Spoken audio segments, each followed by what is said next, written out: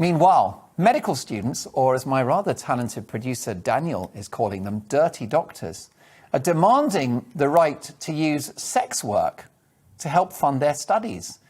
These dirty doctors, I think that's going to stick, I'll be honest with you, have called for the British Medical Association to work with universities to recognise and support students engaging in sex work to protect them from expulsion.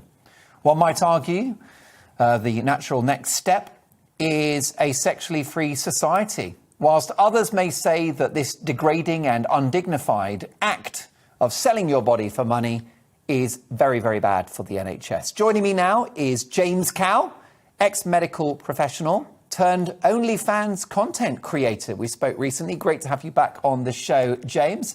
And I'm delighted to welcome Richard Lucas, leader of the Scottish Family Party.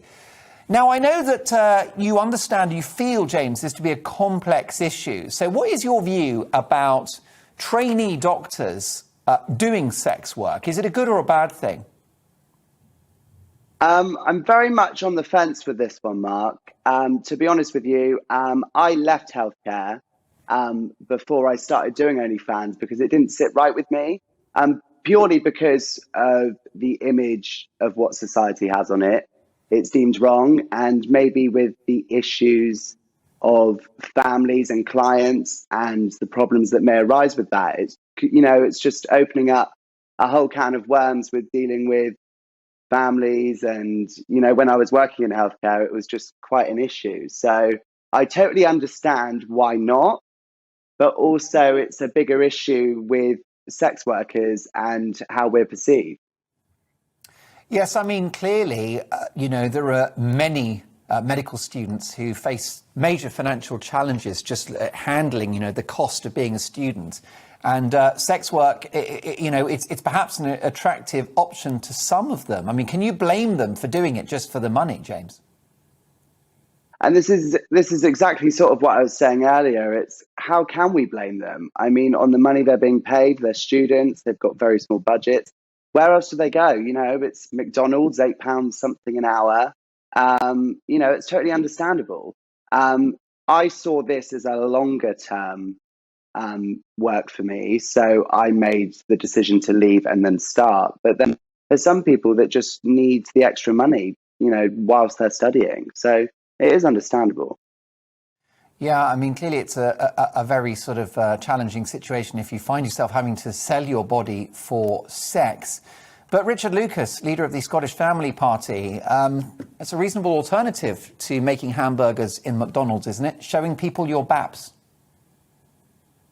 Well, no, for lots of reasons. I think it's really important that the medical profession is held in high esteem. I mean, we put our life in their hands routinely. So if someone engages in what's widely seen as such grossly disreputable behaviour, that's just not compatible with maintaining the profile that the medical profession needs to uphold. I mean, I'm not sure, Richard, whether I care if I'm treated by a doctor in A&E that they've, I don't know, performed an erotic display online earlier in the day. If they saved my life, they saved my life. I think it's an insight into the person's character, though, because people go to doctors. There's the medical side. There's also the wider emotional sharing, seeking wisdom for life more broadly. And if someone's demonstrated that their personal values are so distorted that they think being a prostitute is morally acceptable and is a wise course of action, then the thought of particularly young people going and confiding in their doctor and seeking their advice about the direction of their life, I think that's just very concerning. However, I totally see your point. Yeah, go on, James. Sorry. I totally see your point, and that's exactly why I left before I started my work that I'm doing now, with respect to those regards, 100%. But also, as I see it, not so much for me with what I believe in, but these people are asking for that because maybe the pay's not great. And it's understandable. These people are desperate for money. They've got huge loans. I personally couldn't make that decision. But I know obviously people are asking for that, and it's really interesting. But James, isn't this an example of how society judges sex workers? And why should we judge them? Exactly. And I think this is an age-long thing. as I said last time I was on, I fell into this work. It was never an overnight. I didn't wake up and go, oh, hello, I'm a hooker today. It just sort of happened because of Instagram and the way social media led me into this job. So as much as I am a sex worker, I was never destined to be one. So it's really interesting, the areas that are cropping up, and it is a huge income. And it's hard for people to say no, and I think that's what's happening. Yes, I mean, Richard, I just wonder, in terms of the way that we judge sex workers, perhaps there's this idea that they're unclean, and that's actually a really unfair label, given the fact that most sex workers are fastidiously careful about their own safety and about hygiene and about taking protection. I think they're not the heart of the issue, though. I wouldn't use a term such as unclean. I'm not sure anyone would use a term such as that. But let's just look at the facts, though. I think being involved in prostitution harms prostitutes. I think it causes, in the longer term, it causes emotional damage, undermines their ability to form relationships. The clients of prostitutes are also harmed because they often fall into addiction and obsession. And again, it disrupts their ability to form healthy sexual relationships. It harms families as well. A lot of prostitutes are basically serial adulterers. And when that's discovered, that can result in family breakdown. That's a big deal, particularly for children. And it harms society. For a healthy society, you want stable family life where sex is directed towards loving, committed relationships, procreation, and stable family life. Whereas prostitution steers sexuality in a totally different direction, a direction that's not positive at all. So it's not a matter of like clean or unclean. I'm just talking about the consequences. This is not something that has a good outcome for lots of people throughout society.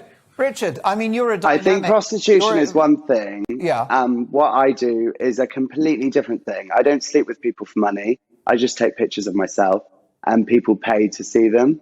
I've never actually had sex with anyone and posted that online. So technically what I'm doing isn't prostitution, and a lot of what these people are asking for might not be that. They might just be taking pictures of themselves in the nude, which is considered an art in some cases. I totally understand your concern, I really do, because I think we need a safe environment in healthcare, 100%.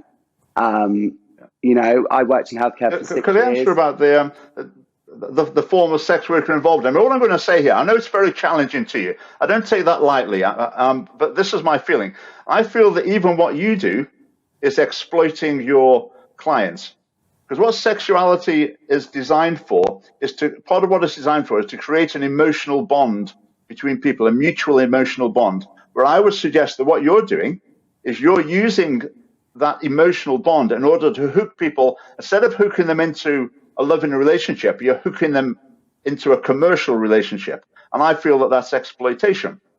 So even the type of sex work that you're involved in, I feel is very morally problematic. I say, and I realize I'm here on TV and in challenging something really important to you. I don't take that lightly, but that is my view of what you're doing. Would you call James a prostitute, Richard?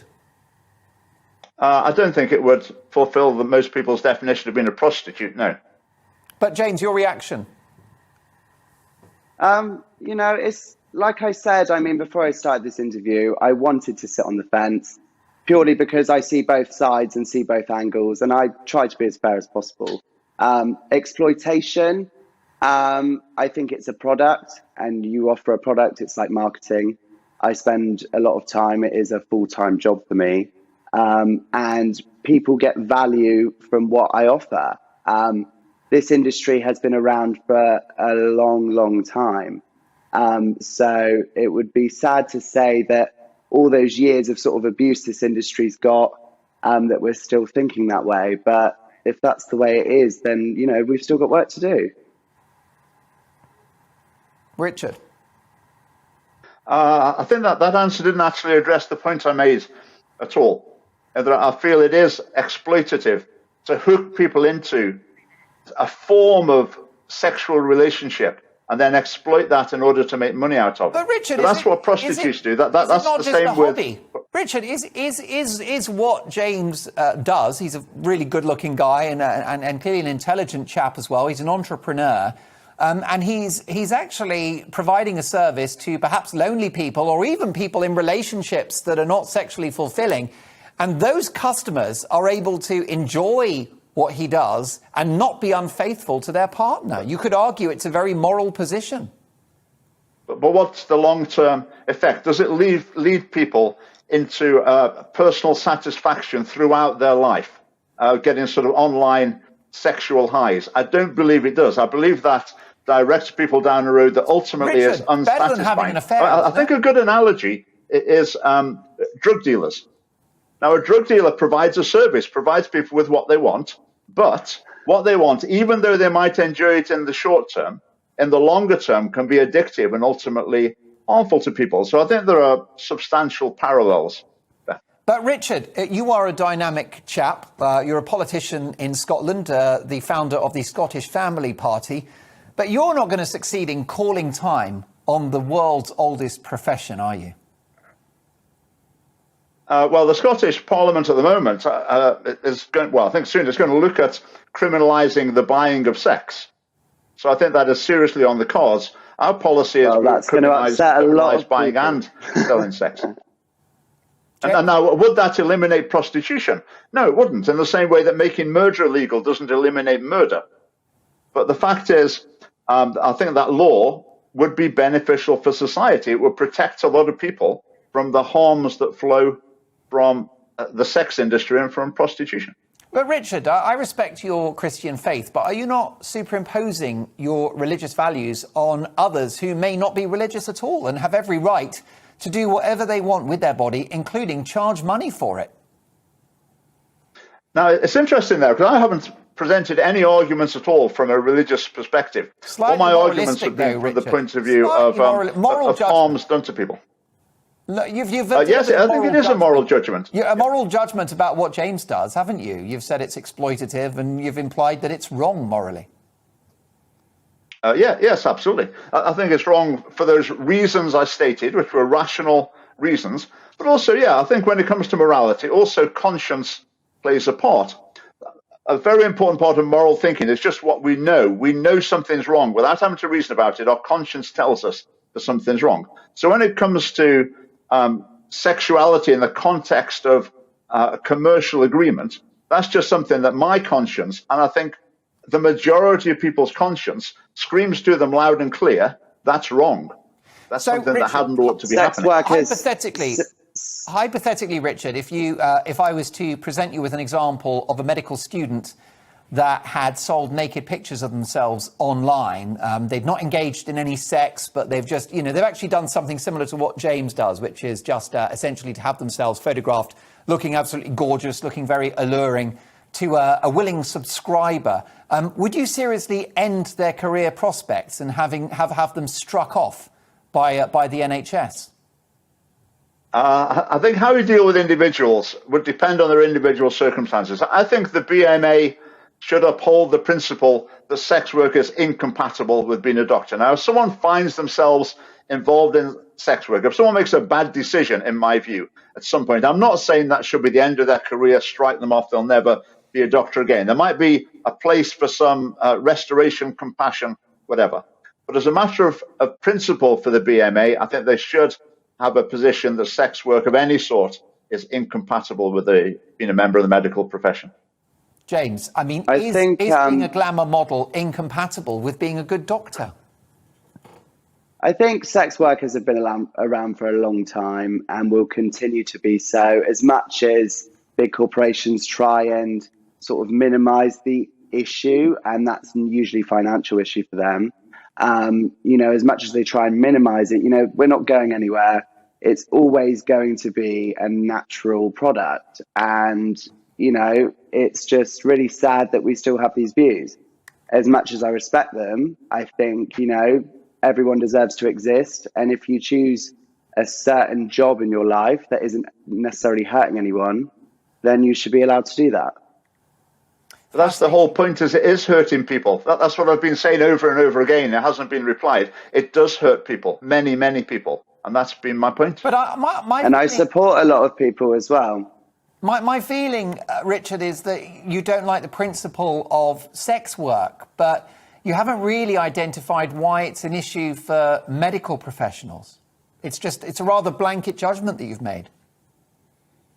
I think when it comes to professions, we've got to look at public opinion. As I say, I haven't seen statistics, but I imagine a substantial majority of the population feel that it is, morally reprehensible to exchange money for sexual services. They feel that that's really gravely immoral, and they feel that that gives an insight into a real flaw in someone's character.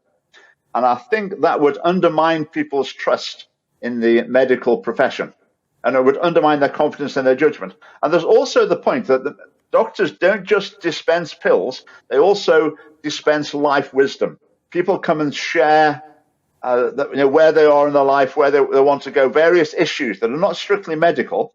And I feel that someone who sort of condones sex work, enters into sex work themselves, is not a suitable mentor, if you like, for a young person in Britain. James, briefly, if you will, final words.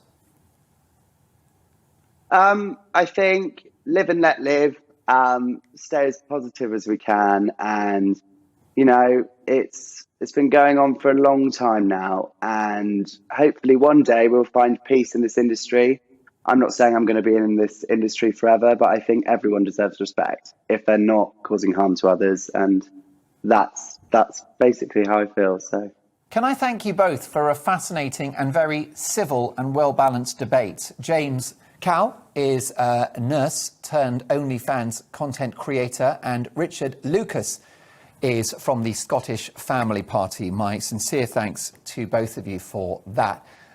What's your view? How do you feel about the idea that your GP or even your heart surgeon is somebody that when they were a student did sex work? Does that bother you? Is there a conflict of interest? Can you blame them for trying to top up their finances given the enormous cost of being a medical student? GB Views at gbnews.uk.